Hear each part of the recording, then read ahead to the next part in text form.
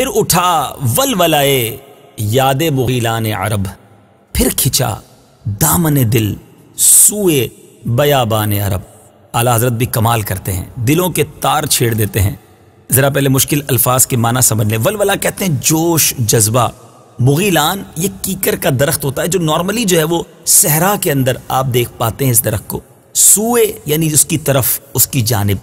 اچھا، اب بیابان بھی آپ سمجھ گئے۔ بیابان یہ صحرا کو کہہ لیں، کھلے میدان کہہ لیں، دور دور تک جہاں کوئی یوں سمجھے کہ آبادی نہ ہو۔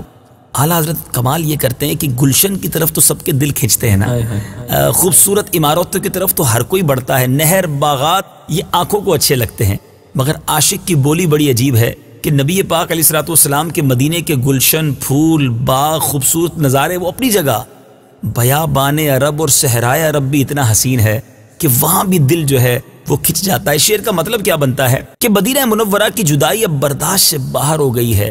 عرب کے ان صحراؤں کے، بیابانوں کے خاردار درخت، ذرا غور کیجئے گا، پھول والے درخت نہیں، پھل والے درخت نہیں، کمال ہے یہ عشق کی بات کہ جو خاردار درخت ہے نا نبی پاک کے در کے، وہ بھی بڑے خوبصورت ہے اور مجھے اس کی یاد ستا رہی ہے۔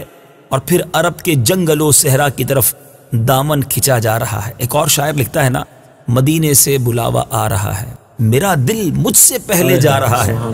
اب میرے میٹھے اسلامی بھائیوں، یہ شعر ذرا دوبارہ سمجھیے۔ یاد مدینہ میں، یاد حرم میں اپنی آنکھوں کو ہو سکے تو بند کر کے تصور حرمین اور تصور صحرائے عرب میں اگر اس کلام کو سنے تو اس کا لطف ہی اور ہے۔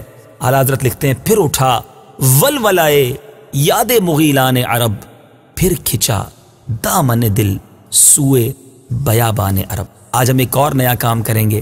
ویسے تو جب میں شعر کی تشریح مکمل کر لیتا ہوں تو ہمارے ساتھ جو نعت خواں ہوتے ہیں وہ شعر پڑھتے ہیں، مگر آج اس کلام کا پہلا شعر ہم حاجی مشتاق عطاری رحمۃ اللہ تعالی علیہ کے ایصال ثواب کے لیے، ان کی یاد کو تازہ کرنے کے لیے، آج کاش وہ ہمارے اسٹوڈیو میں ہوتے اور ہم کبھی ان کے ساتھ نغمات رضا کرتے، مگر ان کی یادیں ہمارے دلوں میں ہیں۔ آئیے پہلا شعر انداز دیکھیں حاجی مشتاق کا، اور یہ اعلیٰ حضرت کے قلم کا کمال بھی دیکھیں۔ پھر اٹھا ولولائے یاد مغیلان عرب، پھر کھچا دامن دل سوئے بیابان عرب۔ پھر اٹھا